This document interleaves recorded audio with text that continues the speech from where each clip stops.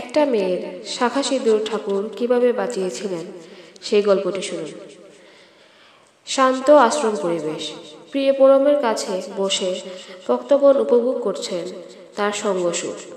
নানা বিষয়ে কথাও চলছে। এই সময় একটি মেয়ে এসে প্রণাম করল।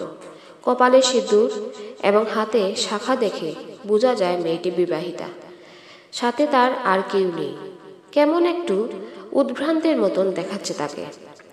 প্রণাম করেই মেয়েটি বলতে আরম্ভ করে, ঠাকুর, আমি শ্বশুর বাড়ি থেকে রাগারাগি করে এসেছি।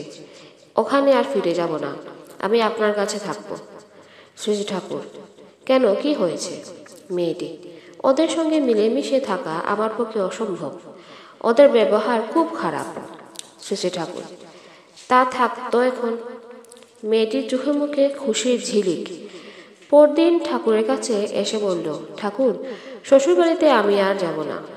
ওই বিয়েই আমার স্বীকার করতে ইচ্ছে করে না। ইচ্ছে করছে শাখা ভেঙে সিঁদুর মুছে ফেলি। শ্রী ঠাকুর, তোর যদি ভালো লাগে তাই করিস। আমরা যারা শুনছি এইসব কথা তারা বিস্মিত। এ কেমন হচ্ছে? ঠাকুর চান মেয়েরা বিয়ের পর স্বামীর ঘর করুক, শ্বশুর বলে সম্রাজ্ঞী হয়ে উঠুক। কিন্তু এ তো দেখছি তার উল্টো ব্যাপার। মেয়েটি বিয়েই অস্বীকার করতে চাইছে এবং ঠাকুর তার সমর্থন করছেন। এর কারণ না জানলেও এটুকু বুঝলাম যে পিছনে কোনো গূঢ় রহস্য আছে, নতুবা তার নীতির অন্যতা তিনি করবেন না। করবেন কেন? যা হোক, আপাতত ব্যাপারটা এই পর্যন্তই রইল। মেয়েটি আশ্রমে থেকে গেল। দুবেলা যাতে আনন্দবাজারে প্রসাদ পেতে পারে তার জন্য শ্রী ঠাকুর আনন্দবাজার কর্মীদের বলে দিলেন। এইভাবে দিন কাটতে লাগলো। মেয়েটি যতক্ষণ পারে শ্রী ঠাকুরের সান্নিধ্যেই থাকে। কিছুদিন পর মেয়েটির বাবা মা আশ্রমে এসে পৌঁছালেন। মেয়ে যে শ্বশুরবাড়ি থেকে রাগারাগি করে বেরিয়ে এসেছে এ খবর পাওয়ার পর তারা নানা জায়গায় মেয়ের খোঁজ করছেন। তারপর ঠাকুর বাড়ি আসতে পারে অনুমান করে ওরা ঠাকুর বাড়িতেই চলে এসেছেন। মেয়েকে ঠাকুরের কাছে দেখে ওরা নিশ্চিত হলেন। তারপর বিশেষ করে বোঝালেন যাতে মেয়ে আবার যে ঘর সংসার করে। কিন্তু মেয়ে তার সিদ্ধান্তে অনড়। সে কিছুতেই যাবে না। বাবা ঠাকুরের কাছে যে সব বললেন। শুনে ঠাকুর বললেন, ও যদি না যেতে চায় তোরা জোর করিস কেন? শ্রী ঠাকুরের ওই রকম কথা শুনে বাবা মা আর বেশি কিছু বললেন না।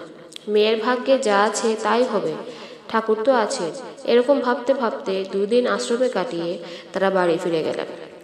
আরও কিছুদিন এইভাবে কাটে। মেয়েটি আনন্দবাজারে প্রসাদ নেয় আর বেশিরভাগ সময় ঠাকুরের কাছে থাকে।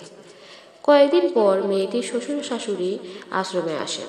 তাদের দেখেই মেয়েটি একটু সংকুচিত হয়ে পড়ে। মনে হয় সে যে গোলমাল করে ঘর থেকে বেরিয়ে এসেছিল, এতদিন পর শ্বশুর শাশুড়িকে হঠাৎ সামনে দেখে তার সেই অপরাধ সম্বন্ধে চেতনা ফিরে আসে। লজ্জাবোধ হয়। অবশ্য দয়াল গুরুর উপর বিশ্বাস ও ভালোবাসা নিয়ে তার সান্নিধ্যে থাকাটাও এর একটা বিশেষ কারণ।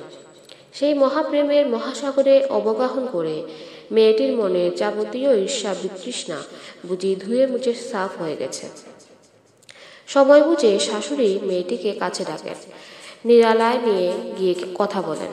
হয়তো এর মধ্যে পরম দয়াল শ্রী ঠাকুরের ইঙ্গিত থাকতে পারে, তা আমরা জানি না। শুধু দেখলাম শাশুড়ি পুত্রবধূ অনেকক্ষণ ধরে প্রাইভেট কথাবার্তা বললেন। দিনের মধ্যে খেপে খেপে কয়েকবার এরকম কথা চলল। পরদিন সকালে মেয়েটি এসে ঠাকুর প্রণাম করে বলল, ঠাকুর, আমি ওদের সঙ্গে বাড়ি যাব। মৃদু হাস্যে ঠাকুর বললেন, ভালোই তো, যা, ওরা তো তোকে নিতেই এসেছে, তাহলে শাখা সিঁদুর পরে নে।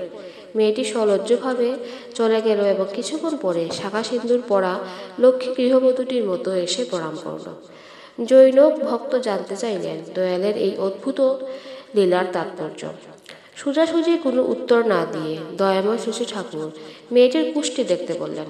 বহু সৎসঙ্গী ছেলে মেয়েদের কুষ্টি এখান থেকে করানো হয়, এই মেয়েটিরও হয়েছিল। পণ্ডিত মশাই তার খাতা থেকে মেয়েটির কুষ্টির ছক বের করে বিচার করে বললেন, যে সময় মেয়েটি এখানে চলে আসে এবং ঠাকুরের কাছে থাকে ওই পিরিয়ডে ছিল এর নিশ্চিত বৈধব্য যুগ। কুষ্টিতে আরও আছে যে একমাত্র দৈব কৃপায় এর খণ্ডন হতে পারে। এই কথা জানার পর সব একেবারে জলের মতো পরিষ্কার হয়ে গেল। মেয়েটি যথাসময়ে এখানে চলে এসেছিল, তবে সে যে বাপের বাড়ি বা অন্য কোথাও না গিয়ে ঠাকুরের কাছে চলে এসেছিল, এটাই তার স্বীকৃতি। আর সেই স্বীকৃতির কারণ হলো ইষ্টের উপর কিছুটা টান এবং দৈনিক নিষ্ঠার সঙ্গে ইষ্টবৃত্তি পরিপালন। জয় গুরু।